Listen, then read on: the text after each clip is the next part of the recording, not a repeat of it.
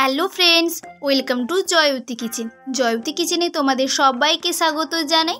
আজকে আমি তোমাদের সাথে শেয়ার করব summer special healthy and tasty drink. তাহলে চলো শুরু করা যাক। প্রথমে আমি কড়াইতে একটা তাওয়া বসিয়ে একটা মশলা তৈরি করে নেব। নিচ্ছি জিরে আর শুকনো লঙ্কা, দুটো ভেজে নেব। ভাজা হয়ে গেলে এটা তুলে গুঁড়ো করে নেব। এখন এখানে আমি 4টা কাঁচা আম নিয়েছি। আমগুলোর গায়ে সর্ষের তেল দিয়ে দিলাম।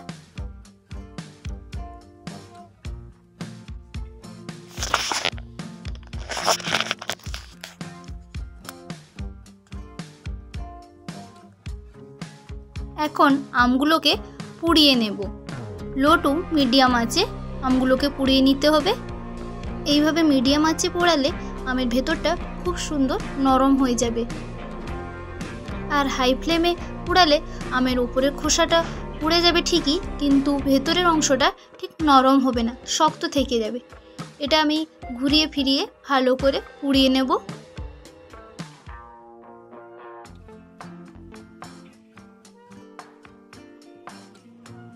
আমটা খুব সুন্দর পুড়ে গেছে। এখন এটা ঠান্ডা করে নেব। ঠান্ডা করে ওপর থেকে জল দিয়ে দিলাম।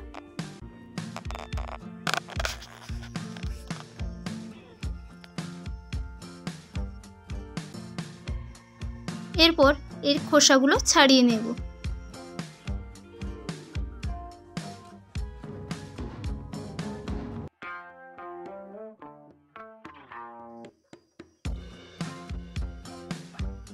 আমের খোসাটা ছাড়ানো হয়ে গেলে আমটাকে এইভাবে ঘষে আমটা থেকে আমের শাঁসটা বের করে নেব।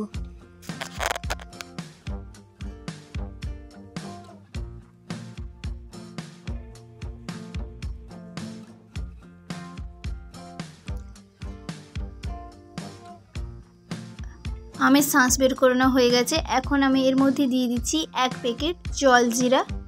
তার মধ্যে দিলাম মৌরি গুঁড়ো,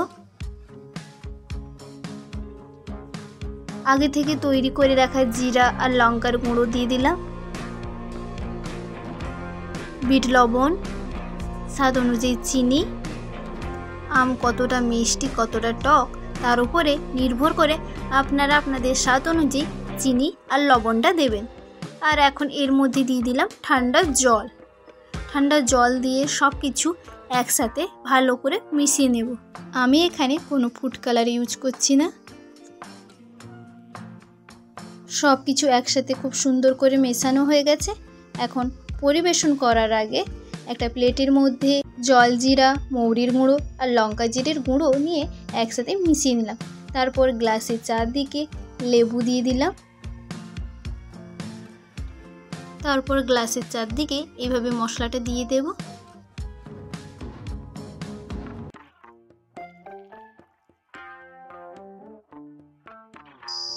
তারপর এর মধ্যে দিয়ে দিচ্ছি বরফের কুচি।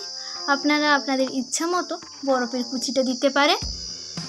এর মধ্যে দিয়ে দিলাম আম পোড়ার শরবত। তাহলে কিন্তু তৈরি হয়ে গেল summer special healthy and tasty drink. সামান্য কিছু উপকরণ দিয়ে আপনারাও এইভাবে আম পোড়ার শরবত তৈরি করে নিতে পারেন। গরমে শরীর ঠান্ডা রাখতে চাইলে এইভাবে একবার হলেও আম পোড়ার শরবত ট্রাই করতে পারো। এই ছিল আজকের রেসিপি।